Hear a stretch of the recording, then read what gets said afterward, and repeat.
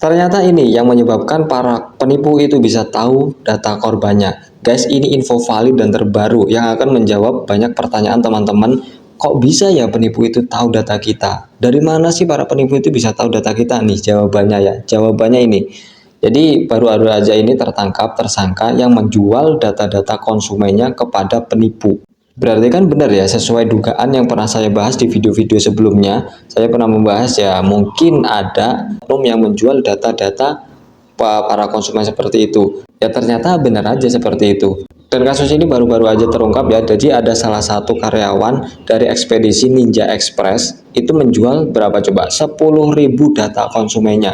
Bayangin aja 10.000 data konsumen itu dari satu ekspedisi ya. Siapa tahu dari ekspedisi-ekspedisi lainnya ada oknum-oknum yang seperti ini juga. Nah, jadi karyawan ini awalnya itu memang ditawari ya dari penipu itu, satu data konsumen itu dihargai 2.500 dan penipu ini meminta 10.000. Berarti 25 juta. Awalnya karyawan yang pertama ini, tersangka yang pertama ini memang dia itu nggak punya akses yang cukup untuk melihat data-data konsumen itu, jadi dia mengajak satu karyawan lagi yang lebih punya akses untuk melihat data-data para konsumennya, dan jadi mereka mengumpulkan data-data itu di sela-sela kerja lalu mereka serahkan kepada penipu itu. Dan untuk apa sih data-data konsumen itu? Jadi yang pertama terungkap, yang diungkapkan yaitu modusnya dari 10.000 data itu akan dibuat resi-resi fiktif ya. Jadi para penipu itu akan mengirimkan paket-paket yang isinya barang-barang yang nggak ada nilainya ya, seperti sampah dengan sistem COD. Tapi menurutku nggak cuma untuk itu aja, pasti untuk hal-hal yang lainnya ke depannya pasti.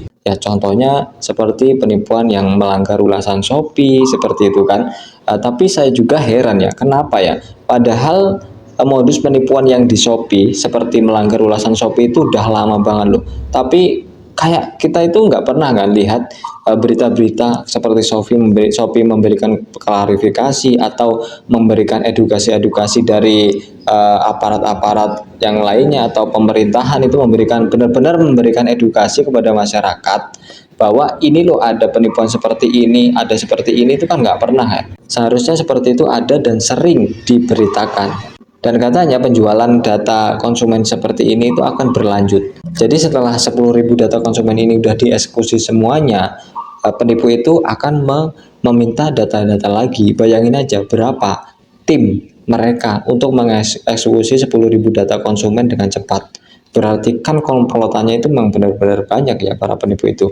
Maka dari itu saya mengajak teman-teman semuanya yang nonton video ini, kalian bisa share info-info seperti ini sebanyak-banyaknya ya. Siapa tahu ada salah satu keluarga atau tetangga kalian yang datanya itu adalah salah satu data yang dijual belikan seperti tadi.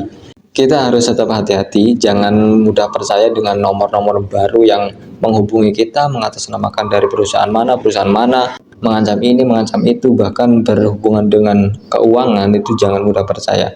Karena satu ya, kalian harus ingat, penipu itu yang pertama akan memainkan psikologi seseorang. Dia itu akan membuat korbannya itu yang pertama, kalau nggak ketakutan ya percaya. Biar menjadi takut dan percaya. Kalian harus waspada tentang itu. Oke, semoga video singkat ini bermanfaat dan terima kasih yang udah menonton.